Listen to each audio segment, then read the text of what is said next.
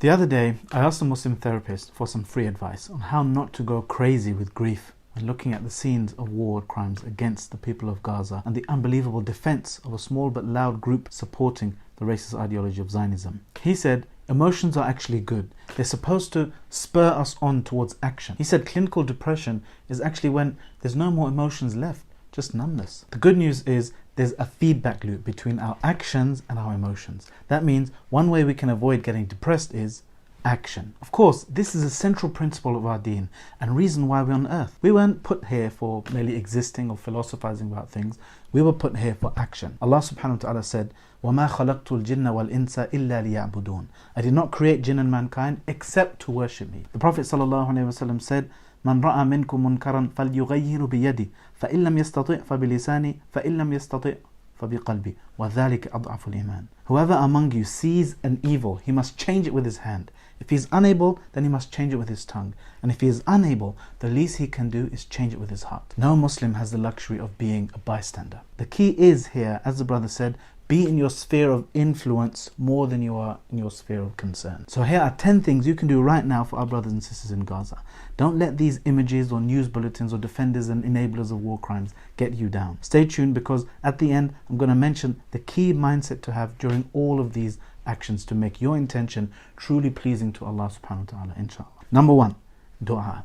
This isn't something that you do when you've run out of options. This is the first port of call, before, during and after all other means, because Allah subhanahu wa ta'ala is the musabbibul asbab, the one who makes causes lead to their results. He wants to see us attach our hearts and our pleas to Him alone, and then take the actions which He will cause to become effective, even if it's surprising. He told Musa alayhi salam, strike the sea with your staff. He told Maryam alayhi salam, shake the trunk of the palm tree. When you're attached to Him, all of your efforts will be multiplied. Be on the lookout for when du'as are more beloved to Allah subhanahu wa ta'ala, and beseech Him then, in private, in public, when it rains, when you're on a journey, between the adhan and the iqamah, in sajda, on Jum'ah, the list goes on. Remind yourselves of the etiquettes of dua that Allah loves. Raise your hands, look towards the sky, repeat yourself, praise Him, send salah upon the Prophet ﷺ.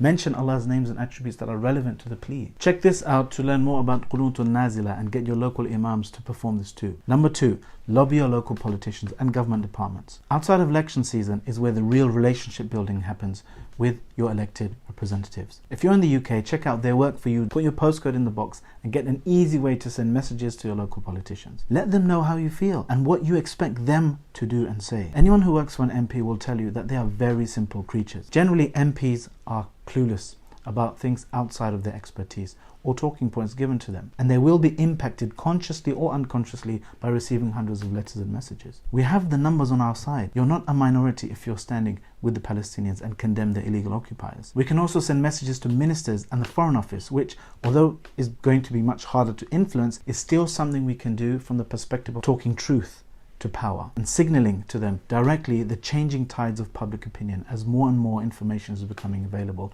about the oppression of the Palestinians. Number 3, we can ask public figures to issue a statement in support of those suffering. This has been shown to cause damage to oppressors all over the world, as can be seen in their disproportionate responses to some of these public figures. A footballer, an actor, an artist, whoever it may be. You can also join the chorus that have been sharing images of Gaza with captions supporting Israel. Absolutely clueless. Number 4, raise awareness yourself about what's going on. You have the ability to make the truth go viral. Every algorithmically controlled social media timeline takes feedback in real time based on your interactions with any piece of content. If you scroll past something quickly, it'll take that into account when showing it to others. If you pause on it, interact with that piece of content, write a comment, click, share, etc., it will likely show that to more and more people. TikTok even applied in 2021 for recording facial and vocal cues, so it knows when you say, ordinary people like you and me can and have made the truth about the suffering of our Palestinian brothers and sisters too loud to ignore. Now the legacy media has to play catch up,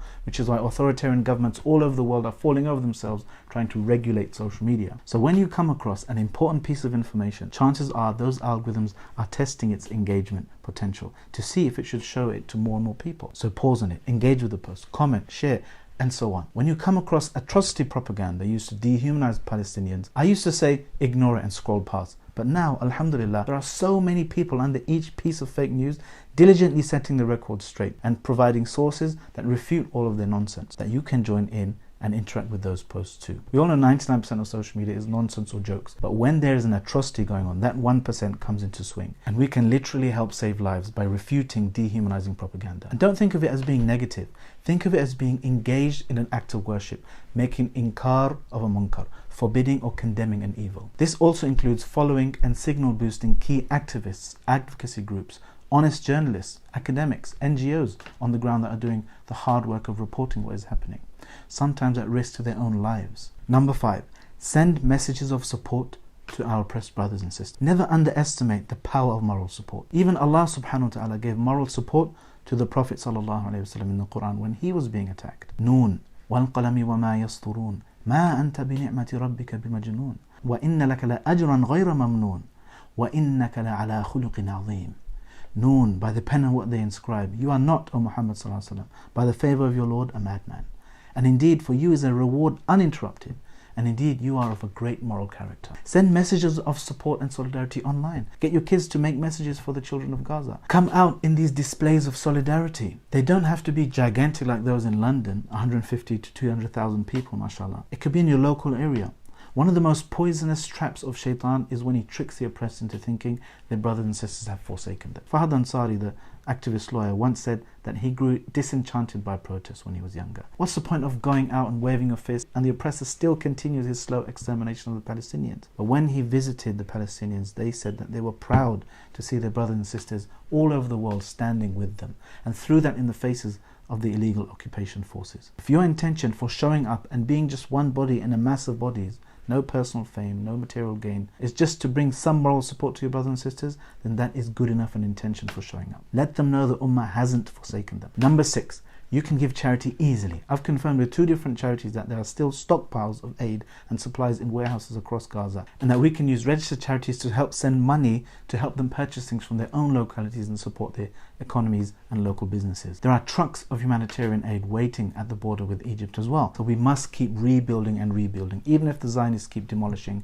and demolishing. This Ummah will keep pouring resources into its suffering limbs, and Allah subhanahu wa ta'ala will continue to enrich us. Also donate towards media, advocacy and other non-humanitarian projects that help address the root causes of the dehumanization and the oppression of our brothers and sisters.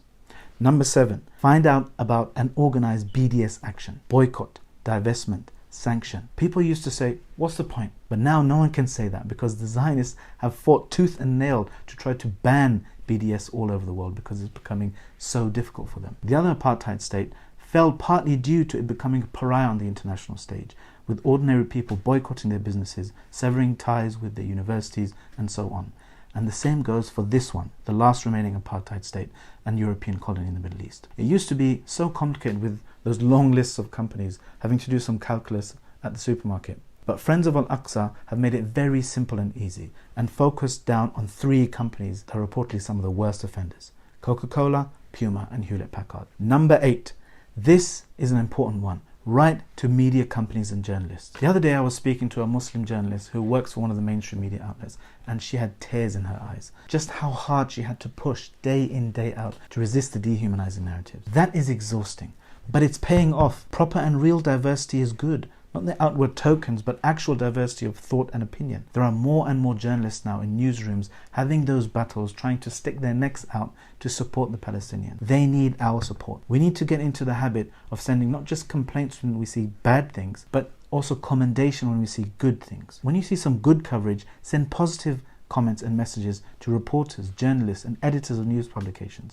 Say thank you. Encourage them to cover more truth. There are websites you can Google right now with lists of email addresses of all of the newspapers in the country. A few years ago, a journalist at the BBC did an amazing job covering my story when we took the government to court.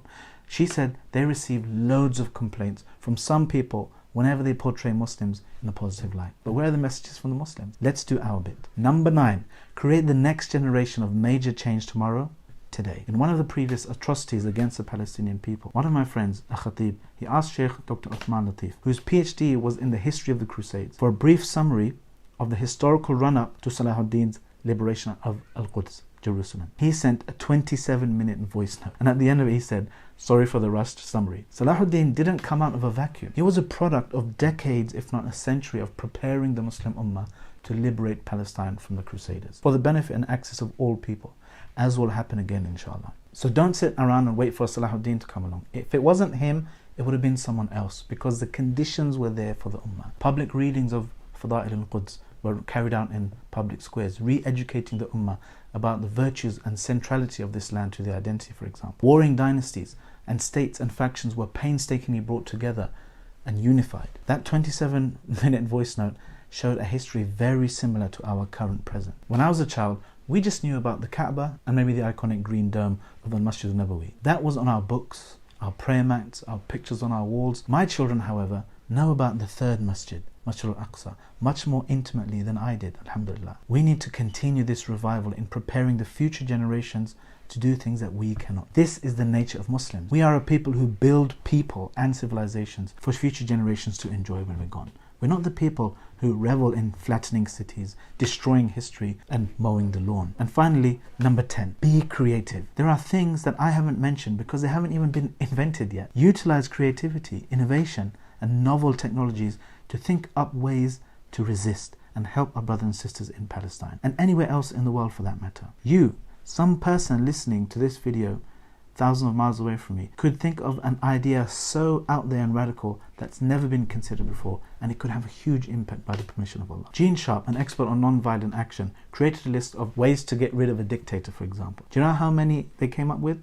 207. This is a dynamic list. So share your ideas in the comments below so we can update future versions inshallah. Now, if you made it this far in the video, you might remember that I'd share a key mindset to have when looking at and doing any of these 10 things. Do not ever say, what's the point? What's it going to achieve? Allah subhanahu wa ta'ala gives us a story of a people who are asked the same thing. They enjoined the good, spoke out against an evil, but their brothers said to them, لِمَ تَعِظُونَ قَوْمًا اللَّهُ مُهْلِكُهُمْ أَوْ مُعَذِّبُهُمْ عَذَابًا شَدِيدًا. Why are you warning a people whom Allah will destroy or punish severely?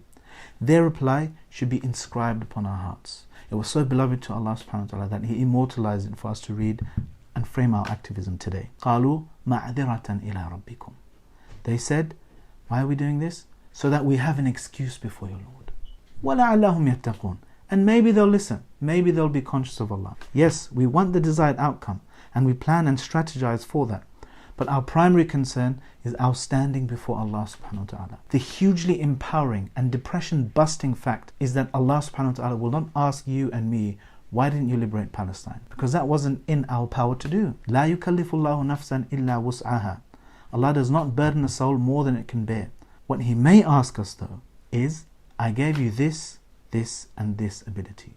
What did you do with that? When we exercise 100% of the things that we are able to do, then inshallah we can at least rest assured that we are carrying out our duty towards our brothers and sisters and Allah. And when we meet them, inshallah, by the mercy of Allah, in the hereafter, we will look back at these opportunities to catapult ourselves and each other into higher and higher levels of Jannah. Now we can appreciate this video to see people who have no firm values, morality or expectation of goodness in the hereafter express a fantastically hypocritical support for Israel, and why that's actually a good sign. Assalamu alaikum.